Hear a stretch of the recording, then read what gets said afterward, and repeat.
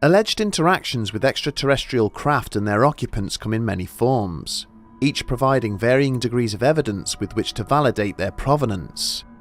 A small proportion of these cases has resulted in significant illness or injury to those involved, with no definitive explanation as to how or why the witnesses came to develop such harmful symptoms. This week, we examine 2 such instances of close encounters of the second kind.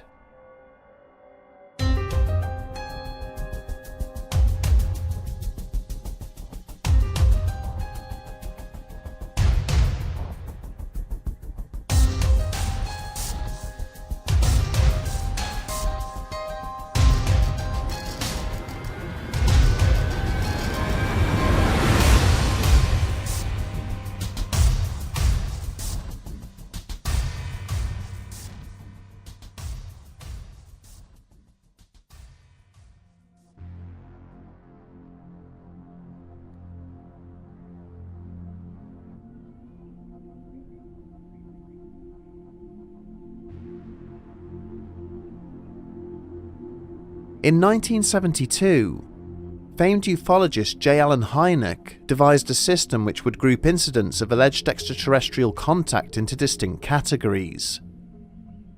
In recent decades, this system has been expanded to include every possible type of scenario, but at the time of its inception, there were only 3 classifications. The lowest level of Hynek's system, encounters of the first kind, were defined as distant visual sightings of supposed alien craft. Conversely, the highest categories, encounters of the third kind, were determined by human interactions with the occupants of these vessels.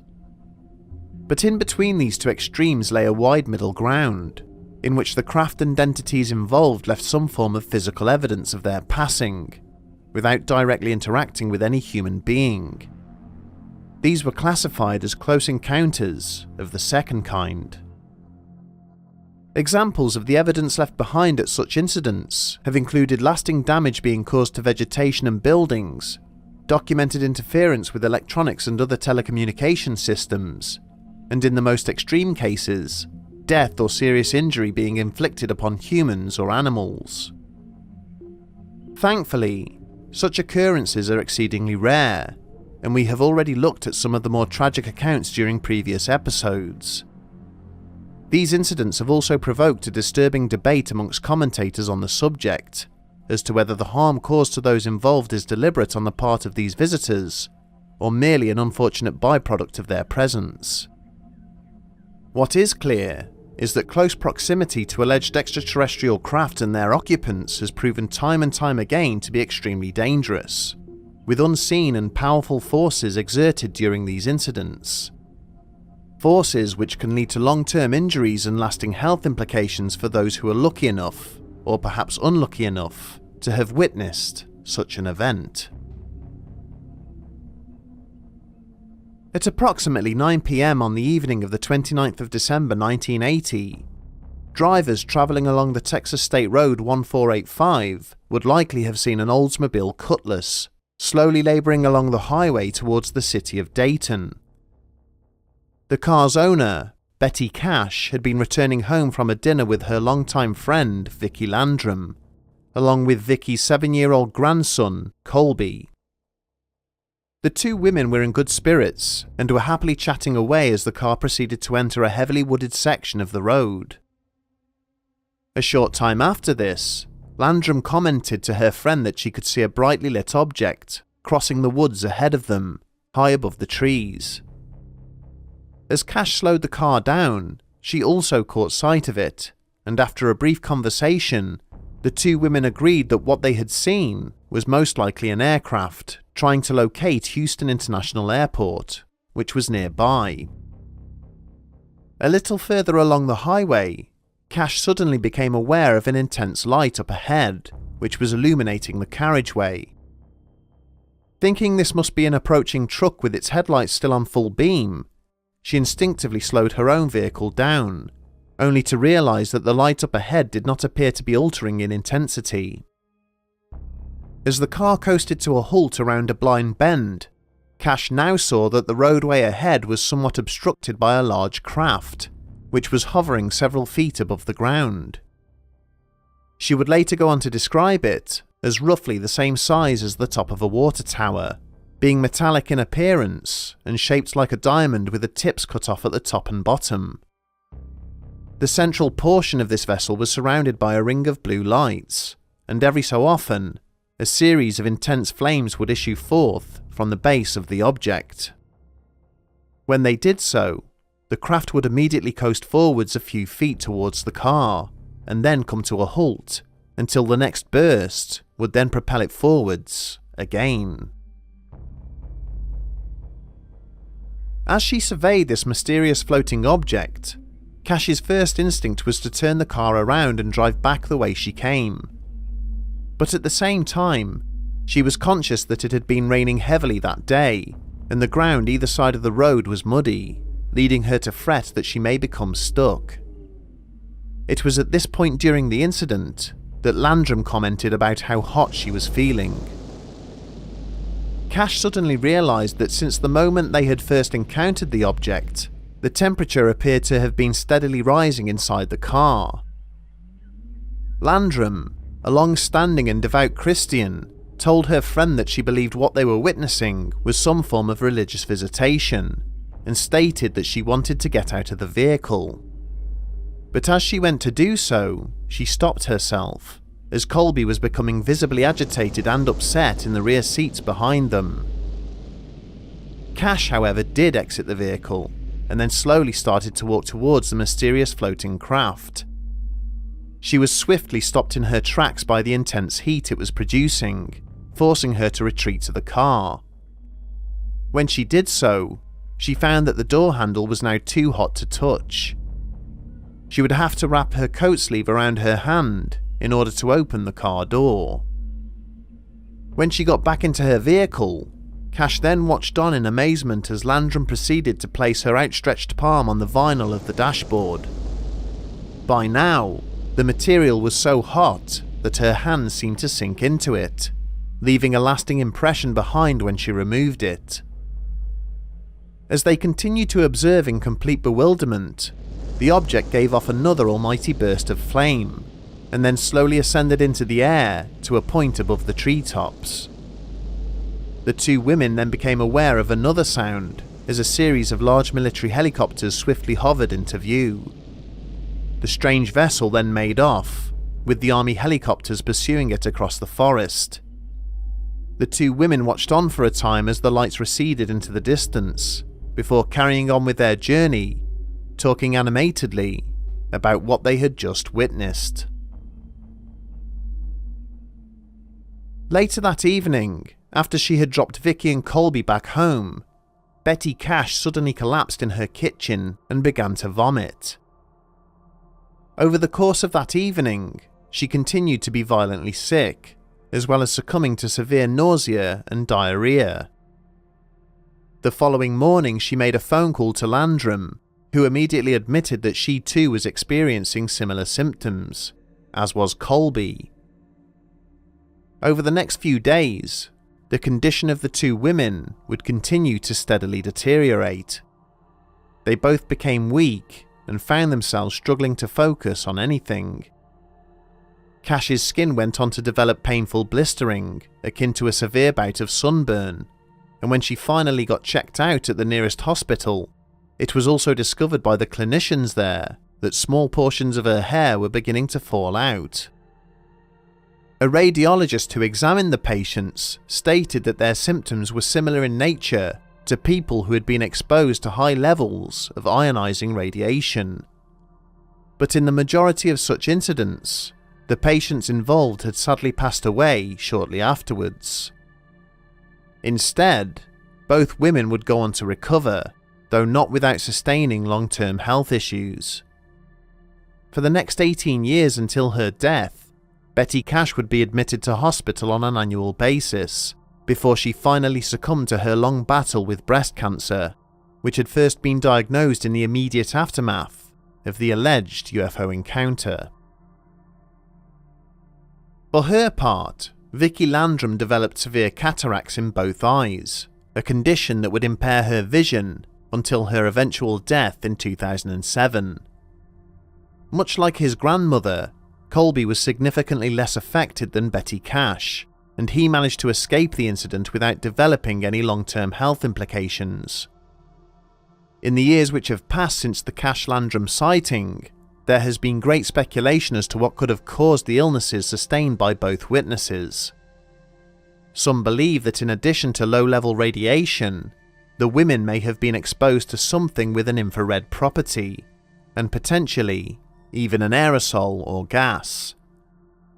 The prevailing theory is that Cash was more heavily affected than her passengers, as she had temporarily abandoned what little protection her vehicle had afforded. 30 years prior to the incident involving Betty Cash and Vicky Landrum, an even more unnerving encounter would allegedly take place in a remote area of countryside situated not far from the outskirts of Buenos Aires. The primary witness of this incident would be a Venezuelan physician by the name of Enrique Botta, who before qualifying as a doctor had originally mastered a degree in engineering. It was his credentials in this field which had resulted in him being invited to Argentina during the summer of 1950 in order to work on a rural engineering project. One morning, he was driving the rental car from his hotel along a remote highway towards the isolated rural area of Bahia Blanca, where he had been working. Due to the early hour, there was no other traffic on the road, and so he had easily spotted what, on approach, appeared to be a car overturned in a field. But the closer Botta came to the crashed vehicle, he realised that it had no obvious windows or doors, and instead resembled a featureless metal disc of some kind. Pulling up a short distance away, he continued to observe for several minutes, before deciding to exit his car and go in for a closer look. After circling around the strange vehicle, he noticed an aperture in its side, which he then used to gain entry. Inside, it was difficult for him to see anything, as there was only one blinking red light attached to the roof of the hull. But slowly, as Botta's eyes adjusted to the dim interior, he realised that he was not alone. Over to one side was a large control panel of some kind, filled with various gauges and meters, the likes of which the engineer had never seen before. Situated around this strange console were 3 metallic seats, all of which had small figures belted into them.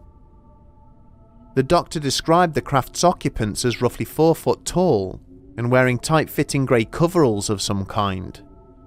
He called out to the figures, but having received no response, he then moved closer to see if he could rouse them. Botta would later recall that as he shuffled around towards the chairs, he ran his hand along the interior of the disc and was amazed to find that it had the texture of rubber, despite being apparently metallic in appearance. When he then shook the shoulder of one of the seated beings, the skin beneath his fingers felt solid and almost charred in texture. At this stage, believing the craft's occupants had perished in the apparent crash, Botta ran from the object and drove directly back to the hotel, where he told his 2 colleagues Horatio and Leo what he had seen. The 3 men duly armed themselves with pistols and then drove back to the location, only to find a mysterious pile of dark ash where the machine had once stood. When one of the men scooped up some of this particulate in his palm, the skin on his hand gradually transitioned into a livid shade of purple and stayed that way for the next 3 days.